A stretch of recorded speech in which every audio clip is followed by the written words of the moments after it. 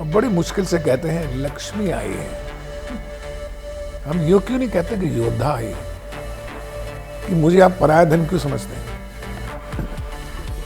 बेटे नहीं रहते, बेटे तो बहुओं के साथ चले जाते। मैं जो बात कह रहा हूं आप समझ नहीं रहे, तो फिर मैं इसका मतलब मेरे में कमी है, आपकी समझ में नहीं। लेकिन कर्मा का 37वां साल चल रहा है, अभी 8 अगस्त को रिलीज हुई थी वो। मेरे बहुत दिल के करीब है। हम विदेशों की कॉपी करते हैं, हम उनके आइडियाज़ को करते हैं, हम अपना कंटेंट भी उनसे लेते हैं, उनकी फिल्मों से प्रभावित होते हैं, अपने भारतीय का मूल खत्म भूल जाते हैं। मैं हूँ सुभाष घई और आप देख रहे हैं इंडिया टीवी शो बिज। मिलते रहिए, मुलाकात करते रहिए और खुश रहिए। सुभाष जी से मिलकर ऐसे मुद्दे को हैंडल करना, मुझे नहीं लगता कि कोई नाम मेरे जहन में इस वक्त आ रहा है या आ सकता है। स्वागत है आपका सर। और जिस विषय पर हम बात कर रहे हैं, महिला, ये इस विषय पर न जाने कितने बरसों से बात होती चली आई है, लेकिन आज भी एक तबका ऐसा है जिसे प्रॉब्लम है बेटी पैदा होने पर। और आज इसी बारे में बात करते हुए आपने टेलीविज़न में डेब्यू कर लिया और 208 एपिसोड जी, if I am not mistaken, 208 episode का ये सीरीज़ चलेगा। और क्या कुछ कहेगा सुभाष जी, बताएं। कोई भी नाटक, चाहे वो सिनेमा में हो, टेलीविज़न में हो, OTT में हो, जब दिखाया जाता है तो वो समाज से लिया जाता है, समाज के इश्यूज पे, समाज की प्रॉब्लम्स पे।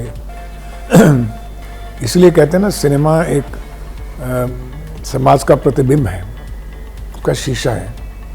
जो इशू हम महसूस करते हैं, आज से 100 साल पहले औरतों को पढ़ने नहीं दिया जाता था। पहले विधवा प्रॉब्लम थी, एजुकेशन प्रॉब्लम थी, लेकिन आहिस्ता आहिस्ता 100 सालों में आज हम इस अवस्था में हैं जहाँ पर कि हमने महिला की इम्पोर्टेंस को समझा है, उसको अपना साथी बनाया है, एक कद में रखा है और कंपटीशन में रखा है कि हम साथ बन के चले। तुम जो करना चाहती हो वो करो। आज माता पिता के दिमाग में ऐसा है। फिर भी मेरा सवाल हमेशा एक बात का रहता है, जिसके आधार पर मैंने जानकी फिल्म की कहानी इनको दी। जानकी का जो विषय है, जानकी सीता माता का नाम है और हमारी फिल्म में जानकी एक बेटी है जो कि हमारे भारत की बेटियों को रिप्रेजेंट करती है। जब हम बेटी की बात करते हैं, जब बेटी पैदा होती है तो उस वक्त उदास क्यों होते हैं हम? और बड़ी मुश्किल से कहते हैं लक्ष्मी आई है। हम यूं क्यों नहीं कहते कि योद्धा आई है? हम ये क्यों नहीं कहते कि एक शिखर, बुलंदियों पर चढ़ने वाला बच्चा हुआ है हमारा? ये सवाल जानकी पूछती है। ये जानकी जब बचपन में पैदा हुई थी उसको छोड़ दिया गया था। जब 4 साल की हुई तो उसको अलग सवाल थे, 8 साल हुई तो अलग चुनौती, फिर 21 साल की हुई तो अलग चुनौती मिली। तो ये जो जर्नी है, जो एक बेटी की यात्रा है, वो उसका जो चुनौती है, उसका जो संवेदना है, जो उसकी दर्द है, वो बताती नहीं, लेकिन वो अपने अंदर सवाल करती है अपने माँ बाप से, अपनी माँ से, अपने बाप से, अपने समाज से, कि तुम बेटी हो, तुम्हें ये नहीं अच्छा लगता, बेटे खेल सकते हैं, तुम नहीं खेलने जाओ, ये वो कर सकता है, तुम नहीं कर सकती। तो आपने पहले से ही उसको दबाना शुरू कर दिया। तो बेटी सवाल करती है कि मुझे आप पराया धन क्यों समझते हैं? आपने कैसा कहा पराया धन? जबकि मैं हर बेटी को देखती हूँ कि माँ बाप के बुढ़ापे में और उनके मरने के समय तक बेटियां सबसे ज्यादा आगे रहती हैं उनकी सेवा में। बेटे नहीं रहते, बेटे तो बहुओं के साथ चले जाते। तो ये एक बड़ा आंतरिक सवाल है, प्रश्न है हमारे यहाँ, जो आपके दिमाग में भी होगा, हर बेटी के दिमाग में होता है। तो उस विषय को लेके कि बेटी कौन कौन सी चुनौतियों का सामना करती है, कौन कौन से तूफान उसके जिंदगी में आते हैं, उसके अंदर का दिमाग चलना शुरू होता है और वो सवाल करती चली जाती है और उसका जवाब भी वो खुद देती है। अगर आपको नहीं मालूम तो मैं बताती हूँ। तो जी, ये कहानी आपके जहन में बहुत साल पहले आई थी जब आप फिल्म बनाने वाले जी थे? हाँ, मैं इसके ऊपर फिल्म बनाने वाला था 95 की बात, 90 की बात है। तो उसके बाद मैंने परदेश फिल्म बनाई। ये सब्जेक्ट मेरा लिखा हुआ था, कहानी लिखी हुई थी मैंने। तो ऐसी कहानियाँ स्क्रिप्ट मैं लिखता रहता हूँ। अभी भी मैं 5-6 साल से बहुत से स्क्रिप्ट लिखे मैंने। मुझे लिखने का शौक है और अलग अलग विषय पे शौक है।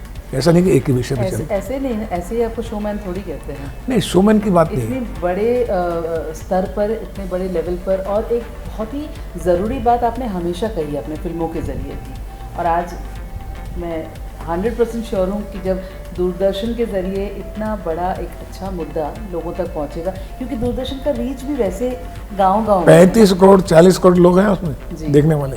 तो आप बोलिए। उस हिसाब से ही बनाया गया है। जी, हमेशा कोई भी प्रोग्राम जब बनाया जाता है उसकी जो टारगेट ऑडियंस होती है हाँ। उसके हिसाब से देखिए। ये यंगस्टर के लिए है, ये बच्चों के लिए है, ये बूढ़ों के लिए है, ये महिलाओं के लिए प्रोग्राम।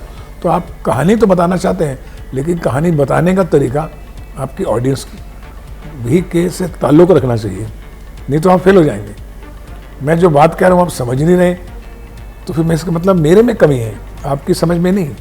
मुझे आपकी समझ के हिसाब से ही बात करनी चाहिए। मैंने सुना था कि आपने शायद रेखा जी को ज़हन में रखा। हाँ, मैंने उस वक्त जो कहानी लिखी थी जानकी की, तो उस वक्त उसका नाम भारती था, है ना।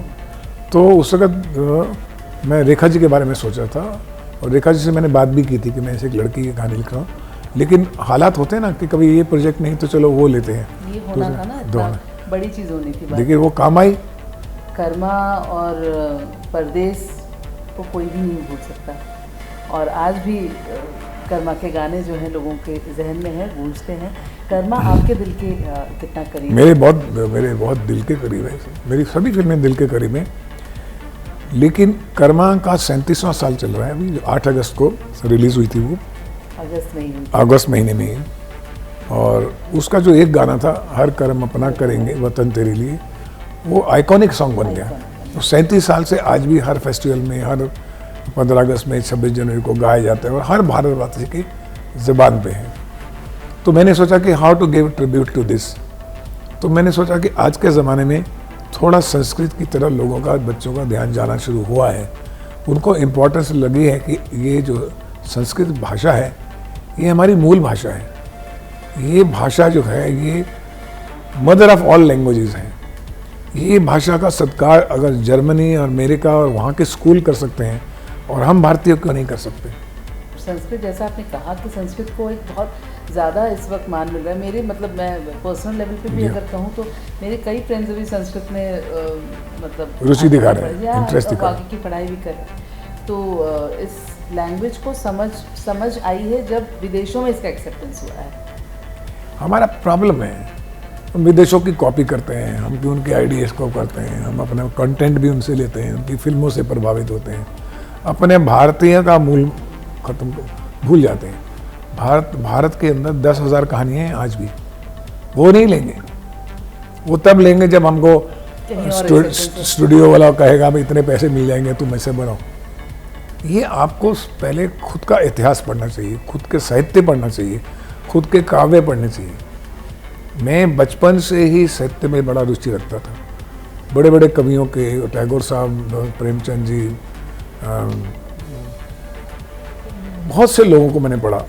और उसके बाद फिर मैं FTI में गया। तो मेरी बैकग्राउंड के अंदर जो सिनेमा की स्टूडेंटशिप थी वो आज भी है। फिल्मों की बात कर रहे हैं तो फिल्मों का वक्त इस वक्त कैसे देखते हैं आप? अभी कन्फ्यूजन में है। अभी तक जो इन्वेस्टर है, पैसा लगाने वाला, वो खुद ही कन्फ्यूज बैठा है कि मैं इधर पैसा लगाऊं या इधर लगाऊं। कभी इधर का तराजू है वो डिंग डिंग हो जाता है, कभी इधर का तराजू डिंग डिंग हो जाता है। तो वो खुद में डिसाइड नहीं कर पा रहा, आर्ट सिनेमा को फाइनेंस करूं, पैरेलल सिनेमा को करूं, मॉडर्न सिनेमा का करूं, अमेरिकन सिनेमा को करूं, भारतीय सिनेमा का करूं या गदर को करूं, है ना। तो आज उसके लिए आदर्श बन गई है पठान और गदर कि किसमें बड़ी कमाई है भाई।